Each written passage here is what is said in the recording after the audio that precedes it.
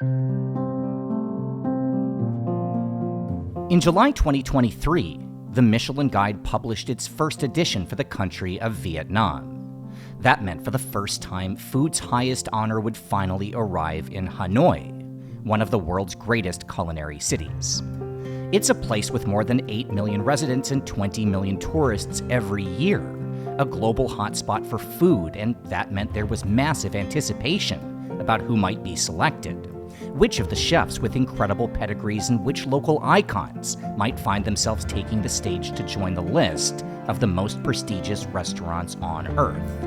And then the winners were announced and everybody asked one question. Who or what the heck is Don Duc? Today we're in Vietnam's capital to tell the story of a restaurant that cooks one thing really, really well. And its chef and owner who's gone from shining shoes on the city streets to the very top of the culinary world.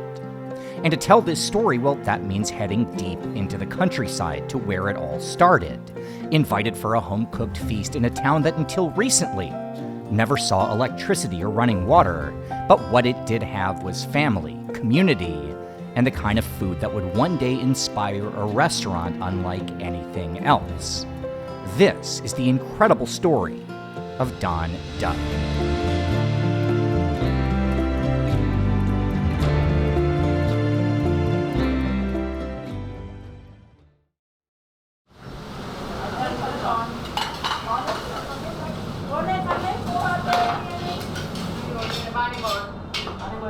I've had a tradition since 2017. That whenever I arrive in one of my favorite food cities, after a day of exploring for pho, banh mi's, and all the other gems of Hanoi, well, dinner, that's gotta be here, at a place called Don Duc, a monument to one single ingredient and a paradise for anyone who loves, well, I mean, of course, for anyone who loves duck.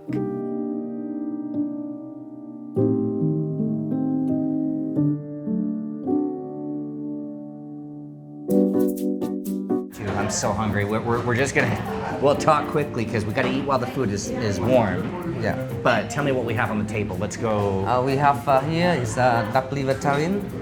We have the pumpkin salad with roasted duck. And we have the duck breast, with the best sellers in the house, duck breast. And we have braised duck confit with red wine and mushrooms and asparagus. And we have the sweet and sour duck here. Yeah. And another best sellers in the house is a duck spring rolls, and this is our signature dish. Which is, how do you describe it? It's just duck on a hot plate. Yeah, the duck on a hot pot.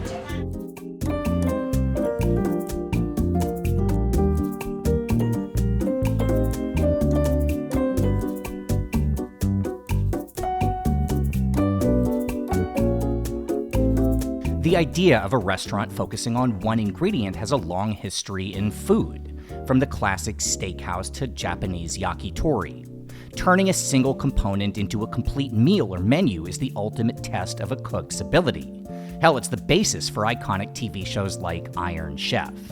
It's also something that in a lot of ways is the most primal of concepts. Until pretty much now, to kill an animal was not a small decision. Nothing could go to waste because meat was a luxury, a sacrifice, and everything had a value, both for nutrition and respect for the animal. And outside of the big commercial cities, well, much of the world's population still eats in this way, where an animal should provide for everyone, to take care of a family or even a village. And that is very much the ethos behind Don Duc. Every morning, the owner, Kiem Do, and his staff buy 30 ducks from a local farm. They break them down and nothing goes to waste. Different cuts go into different dishes. The legs confit, the breast pan-fried, the liver made into pate, and everything else fried, broiled, baked, added to salads, or cooked into curries. The bones go into soup. The meat that comes off the bones goes into spring rolls, and nothing gets thrown away. It's a tribute not just to the animal itself, but also here in this country, to a way of life that still very much exists, including for the people behind this restaurant. See, what makes Don Duc so fascinating is that this is not a typical business. This is fine dining as imagined, cooked, and presented by one big family, which grew up dealing with starvation. A family that had to use every part of an animal because meat was an almost impossible luxury. For Kiem, the owner, well, before he became a chef, before he brought his family to work here, he often went days without any food at all. He was a farmer, then a Shoeshine Boy, then a postcard seller, and hell, there's even a stop at Burger King somewhere in all the twists and turns that led us to now. But if we have to start this story somewhere, well, it needs to be with the village where food was so precious that to cook meant using everything. So let's begin there.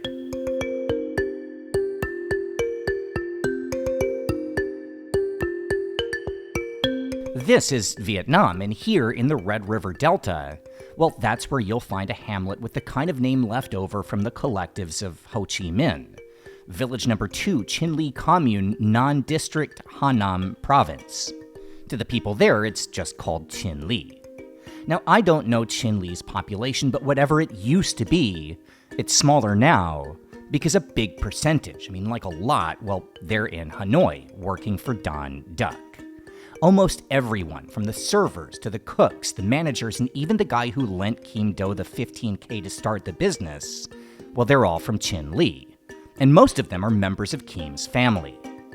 Chinh Ly is only 60 kilometers from Vietnam's capital, but culturally it's the other side of the world. This was where in the 1940s huge numbers starved to death, among the 2 million in the Red River Basin who lost their lives in a rice famine.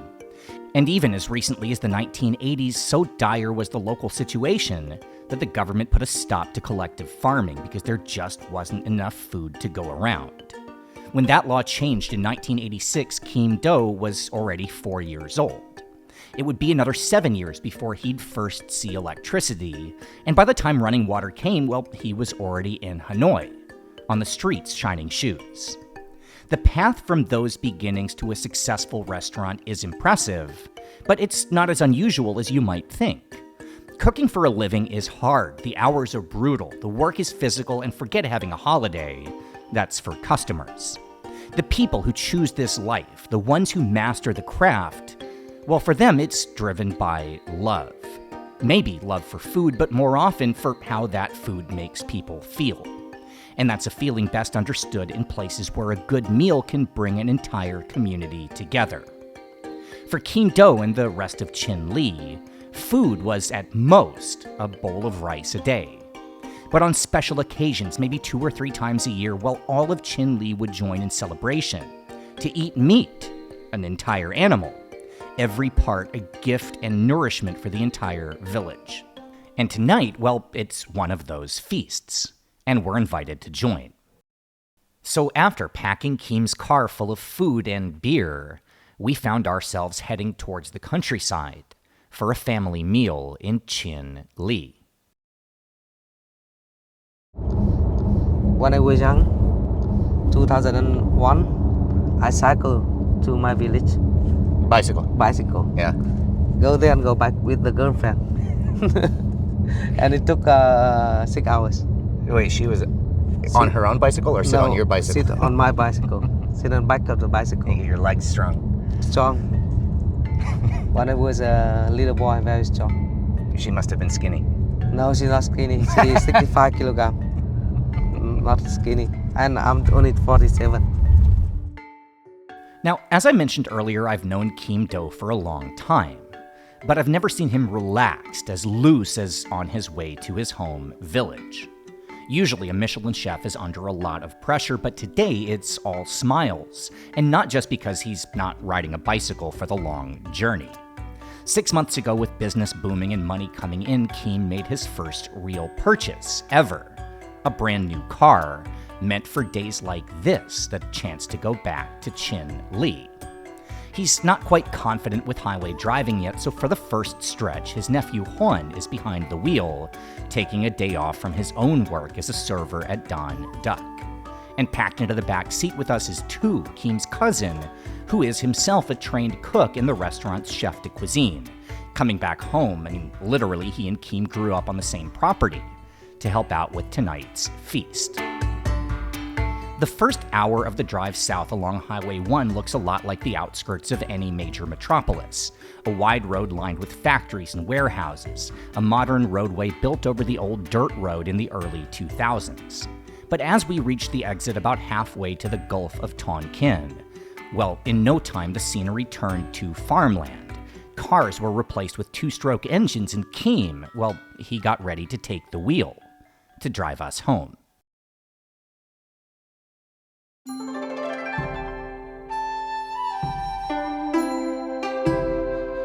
Mỡ được tay còn bẩn nữa cơ. Khoanh ạ. Đâu? Nhờn thế. Tránh tay.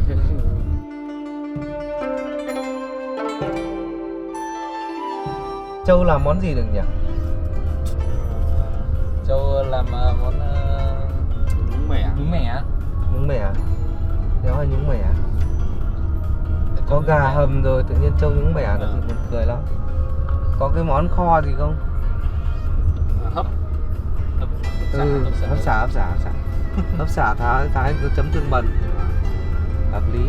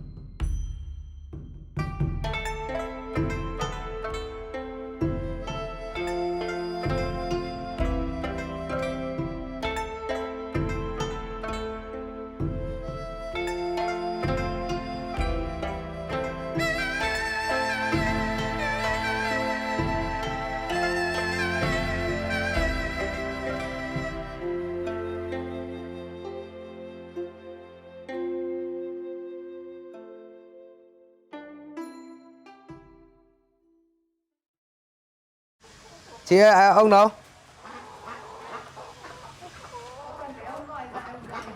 Con gà ngon rồi, con gà chân hơi to to tí này. Đâu? Gà mái ạ. On the way to the village, we stopped at a small shop to buy a chicken for Dad to cook. The dish he's going to make, one of Kiem's favorites, is a whole chicken, stuffed with herbs from the garden and stewed all day over an open fire. It's something, when Kiem comes home, he often asks Dad to make, and something as a kid he would look forward to, sometimes for an entire year. Can you tell me again, when you were a kid, you said maybe only eat one meal a day? Yes, we only eat one meal a day. And the meals is, we don't have meat. If we want to, we only eat meat one very special day, like Tet holidays, maybe 3-4 days per year. Chicken? Sometimes chicken, but sometimes pork. But on Tet holiday, we just counting the day to become Tet, and we can eat a lot of meat. Is it very different from when you were a kid, or same? It looks the same. The village? Yeah. Very different. Well, how so? What's different? When we were young, we don't have a big house like this. This is big already compared to the old town. This one here, it's big. Yeah. Before we using mud, Yeah. and we using bamboo, and we mix mud with the rice plant. We mix them. We put to make the wall. Yeah, sure. And in the winter time, we don't have blanket. We only have like shirt like this, and no blanket. So what we use, we using a banana leaf. The what leaf I forgot. The leaf from the plant, and we make a bed, so it's keep warm. And in the dry season, many times the house is fire. Because it's all from the leaves dry. From the leaf dry. Yeah. And the house is burned. And in our experience, we always have the little thing like this. When the house is around, got a fire, we Just a little bit of bring water them, and we get water. And then, Your house ever catch on fire? yeah, we do. Yeah. Every house is got above them.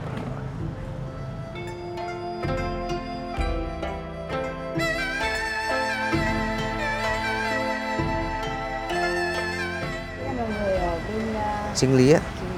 Nè, để xin. Chinh Ly em toàn người giỏi.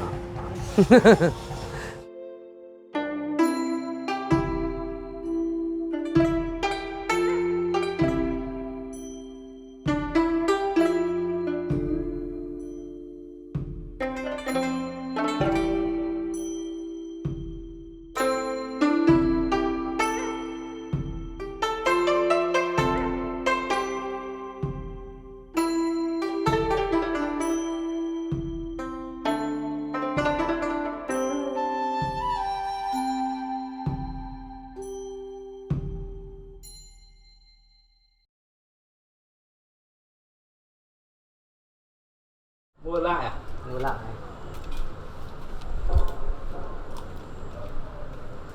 We arrived at Kiem's house around 3 o'clock in the afternoon on an absolutely perfect day, about 20 degrees or 68 Fahrenheit.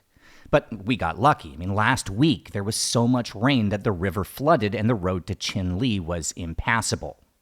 This is a hard place to survive. The landscape in the Red River Delta prone to natural disaster, but for the Do family, this plot of land has been home for as long as anyone's been keeping track. For the men like Kiem's dad, 71 this year, well, life here means collecting eels from the rice paddies to sell at the local market. He's at least the 5th generation in the family to make his living that way, and Kiem himself would have followed suit had he not left for Hanoi. His mother, who grew up about a kilometer away, well, she followed her family tradition of fermenting rice into alcohol, selling the liquor and the byproduct too, with the rice used as pig feed, or in lean times when food was hard to come by, eaten at home as the family meal. When you were a kid, you lived in the same place, right Yes. here. Yeah, but not this house. Not this house. It's different house. And my father built this house in 1989, and it took 4 years to build this. Built it himself. Yeah. Himself. He even making the brick himself, and sell the brick to get the cement and. How did he make the brick? We got before we got a pond here. Pond. So Yeah, the okay. pond. So we take the soil, and we make a shape, and then we burn the charcoal to burn it to make the brick. So 1989. You're 2 years older than me. So 1989. I'm 7 years old. You were 7 years old. Yeah. Did you help out? Yeah, I do. We have, as the kids in the countryside in the old time, we have to work very early, 6, 7 years old. You already work in the house. You have to clean the floors. So you need to go and because before in the countryside, there's if you want to make a fire, you need to get a leaf, like a leaf there. You have to collect them to burn for the cooking. And sometimes we go out and get the dry branches to bring home. So that's what I do when I was young. What was it like when you have this new house? When the new house is built, what did you feel like? Very happy. Like in the old time, like 1989, we built a house like this, and people think we rich, yeah, because we have a big house. 4 years construction. 4 year construction. Because they have no money, so they have to earn money and continue.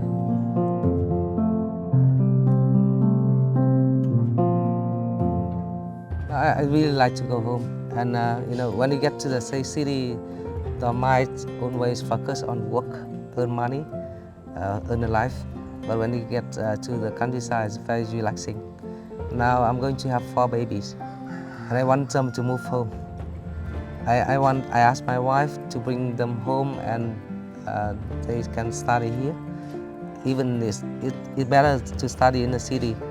But you have many things in the city, but you lose the childhood. Because in the countryside they have many. Your mom's got a question for you. We can interrupt the interview. This is more important. Rau ngải ít quá. Ít quá. Lấy gấp đôi gấp 3 lần đấy. Gấp 3 lần đấy.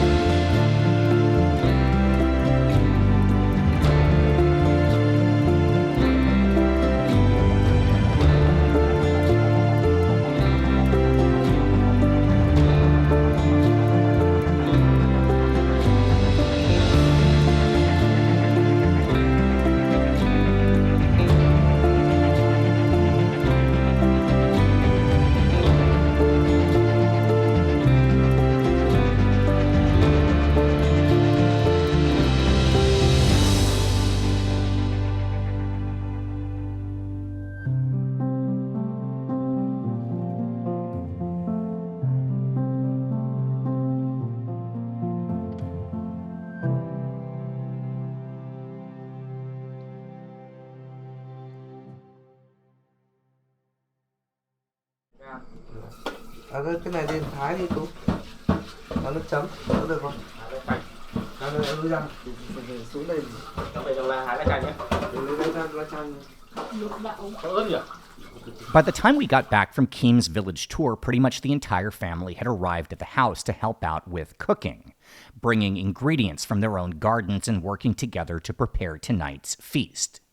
It's the kind of atmosphere that must have been just magic in the lean years of Kiem's childhood, when he first fell in love with food and how a meal can bring people together. When Kiem Do left Chinh Ly, he was 13. It would be 20 years before he'd open his first restaurant and another 7 before that entry into the Michelin Guide.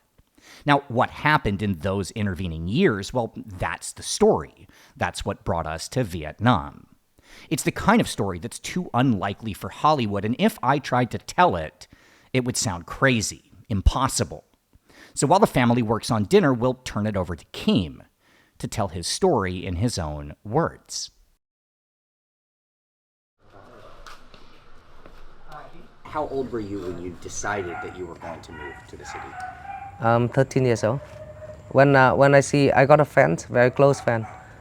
He living next to my house, and he get to the city when he was 10, and he make some money. And at that time, we don't have like sandals like this to wear, so he always have a new clothes, new sandals, and I think that move to the city, he earn good money, and he have money to buy those stuff. And then I starting to thinking about it, and then I just asking him to follow him to the city when I was 13. What did your parents say?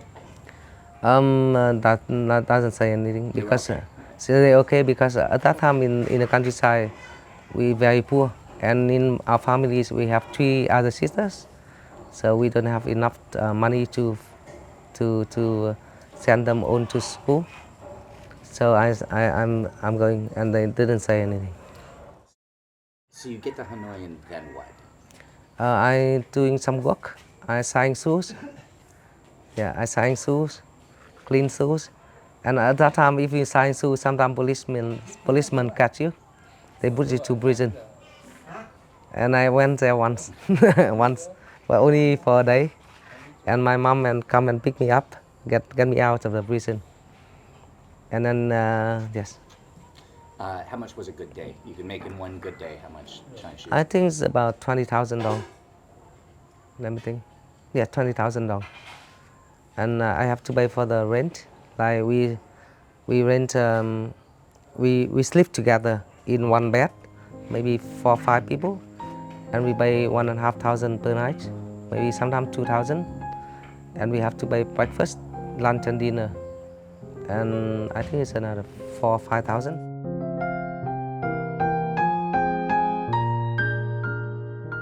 Dodging police in Hanoi and earning less than 80 cents a day, Kiem and the rest of the Shoeshine guys from Chinh Ly looked for any other chances to make money, even if that meant sneaking across an international border.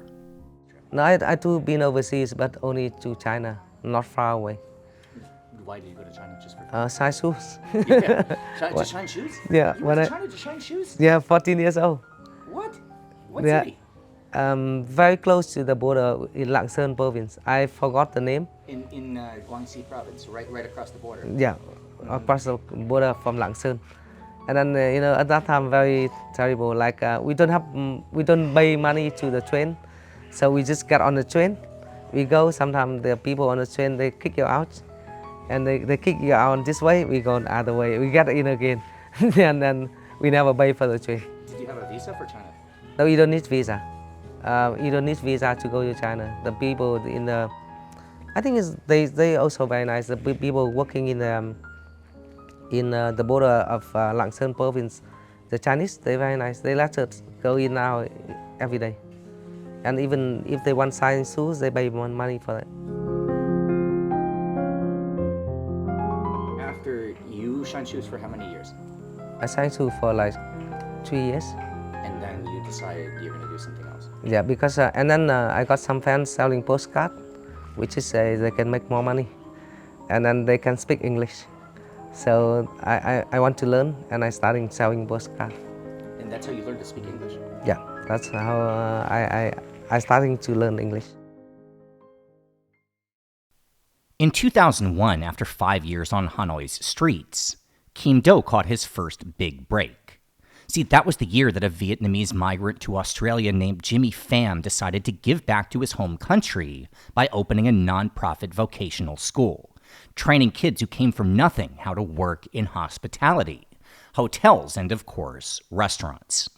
It was a program that would catch the attention of dignitaries from around the world, and thanks to the intervention of a German woman named Sabine who had taken a liking to Kiem, well, he was chosen as one of its first students, part of the very first class to pass through campus. Go to vocational school. Was it expensive?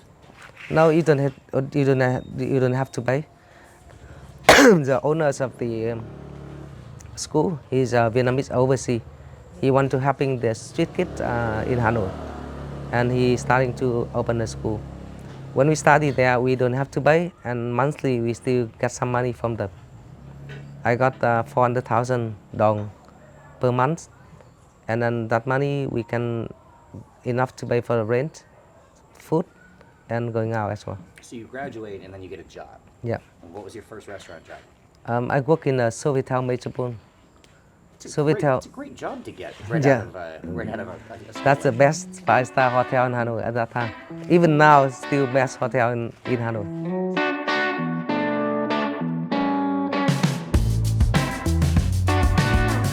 And you worked there for how many years? 5.5 years. You must have done a good job. Not. I think so. Sometimes people work in a Sofitel Metropole, they work there for whole life. But when I worked there 2 years, and I always said to myself, I don't want to work here for my whole life. And then I always say to myself, if this door closed, the other door will open. And I quit the job. I quit the job in 2007.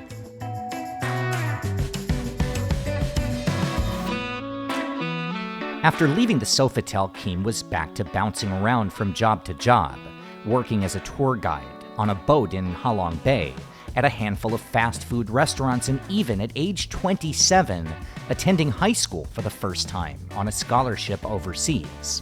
But in 2009, everything would change when he'd meet the woman who would become his wife, and they'd decide to start a family together.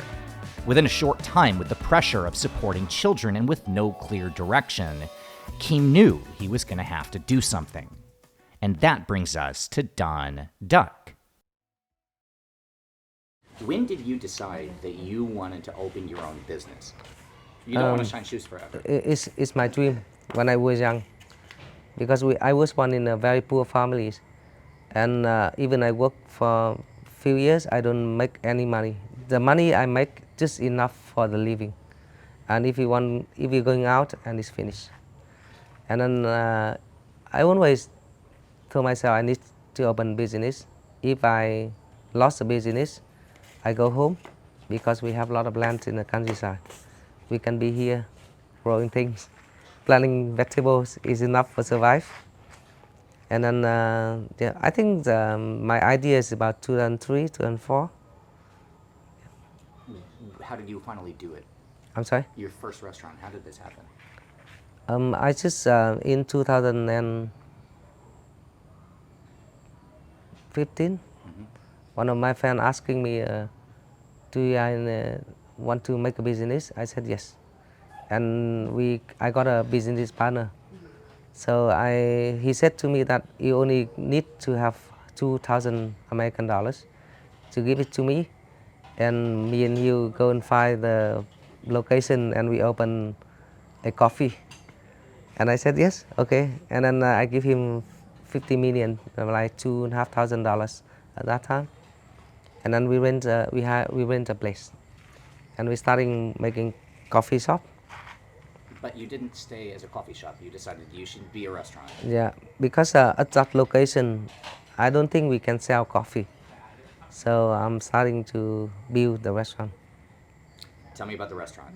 This first place where I first met you. That was the place. Yeah. To make a restaurant, to selling duck is an accident, because when we don't know what to do, one of my friends said to me that they got very good restaurant duck restaurant in the mountain areas, and I go and visit, and I taste the food. I think it's nice, it's good, and I hire them, the whole group of chefs, like 5 people, and we pay like $1,500 American dollars, $30 million per month for them to work for us. But at that time, it's quite a lot of money.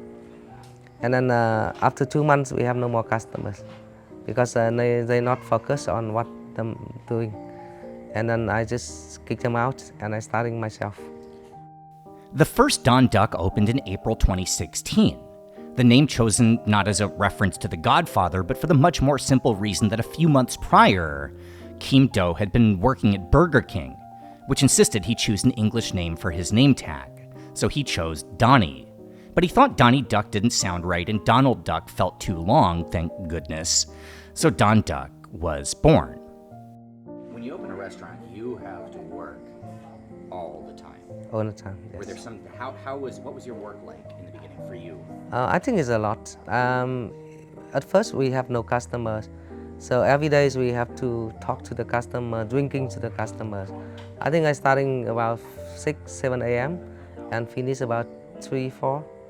That was how we met. You came out and you talked to Yeah, me. yeah. And we weren't going to eat because Yeah. we'd already had dinner, and you told me, no, you have to try this, and we ended up having 5 dishes. Yes. Yeah, but So one that's- customer at a time. Yeah, we're doing the same. I'm doing the same job for probably 1 year, because if you have no customer, you have no ranking on the TripAdvisor, on Google, and then you have no fans, you have no customers.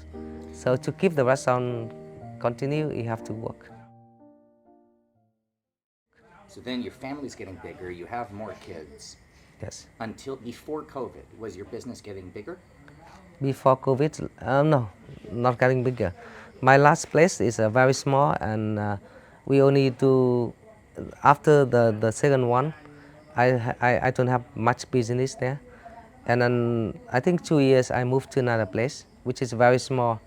And I got a friend, business partner for a little while, in 2 months. And then I shut because of the COVID. What happened in COVID? At first, I just stay home. I thought it's only a few months, and I stay home not doing anything.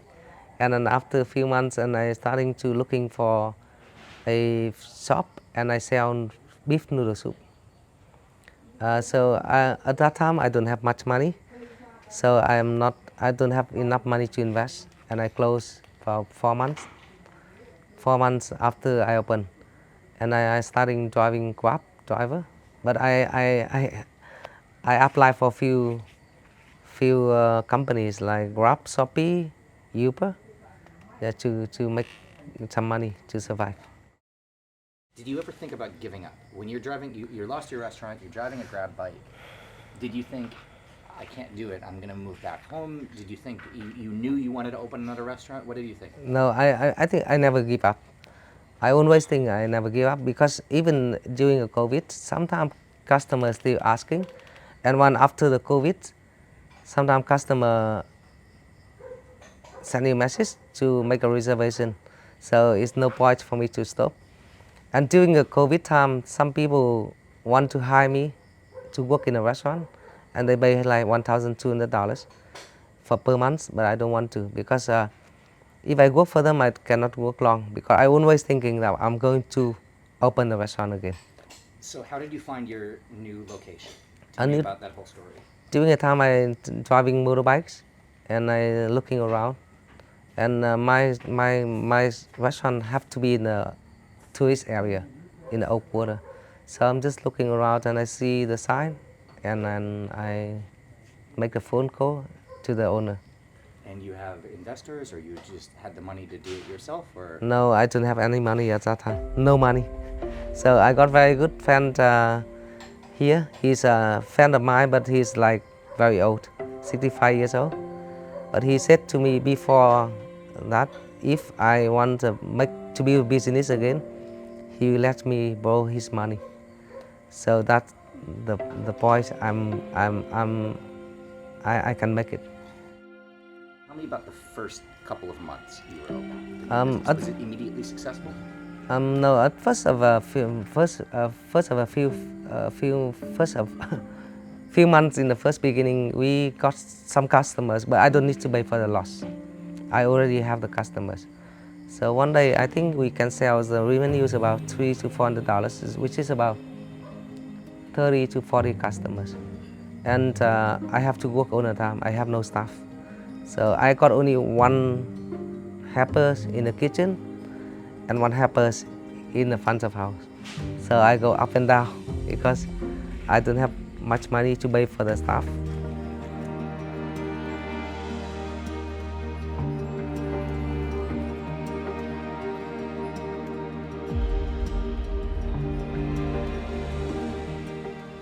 What happened when you found out that you were in the Michelin Guide? What was that story? I think because it's very surprised to me. I didn't know that I got on a Michelin Guide. They sent the inspector, 20 of them, to come to the restaurant before. But I don't know why they choose us. And then they just sent me an email to my email box, and I just reply. And then one day they invite me to the ceremony, and they call my name up to the stage, and I got it. Tell me what that felt like. What? What did it feel like when you... Actually, at that time I didn't know that the Michelin is this good. I didn't know, but I'm very excited, very excited.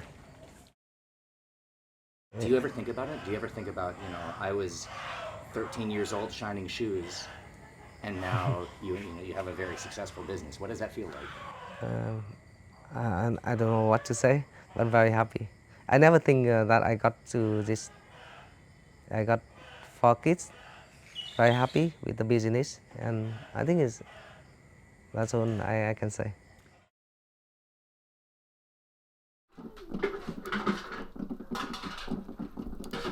Bốn giờ chắc là dự, mà không dự thì chịu.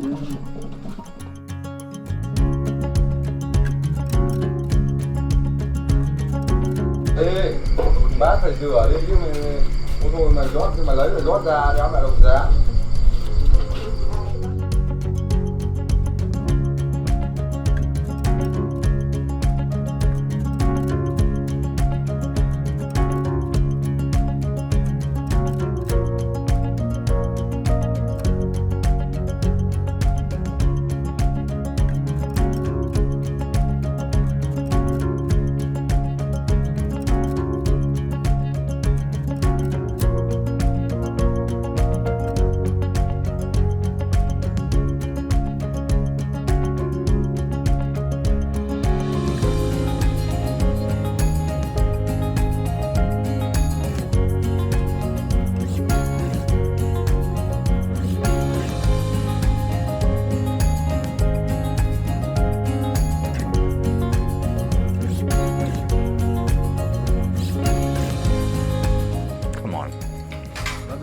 That's so good. Hey, Will.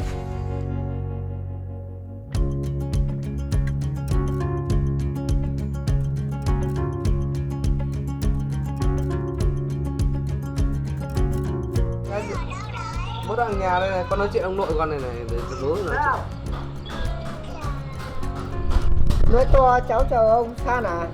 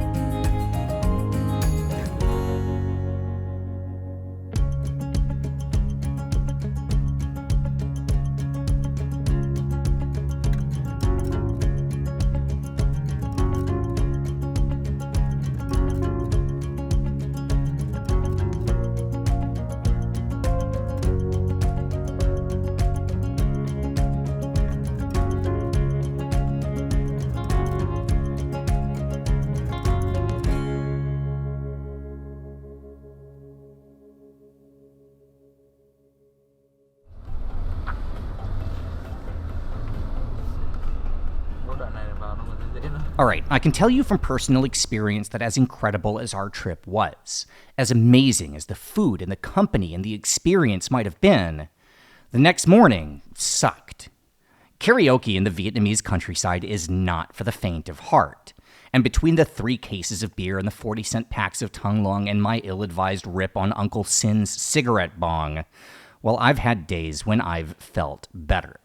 I think all of us would have enjoyed the chance to sleep in, but for Kiem and the staff, well, the weekly journeys home don't change the fact that back in Hanoi, they still have a restaurant to run. One that's currently the toast of the town, with tables booked out and locals and tourists all lining up to try some of the best food in the capital, at a place that really, when it comes down to it, isn't about the food at all, so much as the experience, the love, the feeling of community. An attitude straight from Chinh Ly village where meals might have been hard to come by, but that just meant that every bite means something. And after all, if you really strip it down, isn't that what this entire business is all about?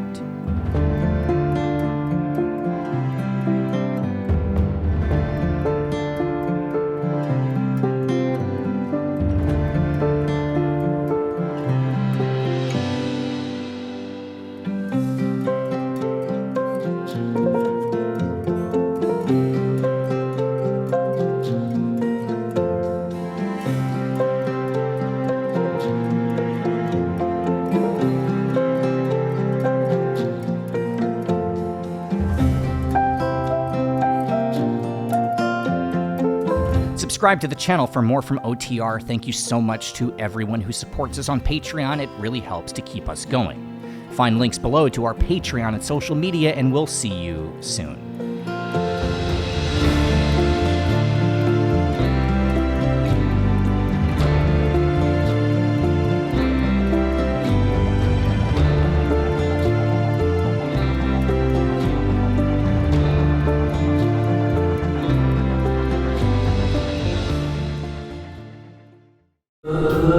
So I asked Kiem his favorite English language song so I could sing one with him, and his answer was Careless Whisper. So that's my future, and I'm okay with that. Somehow that takes the pressure off.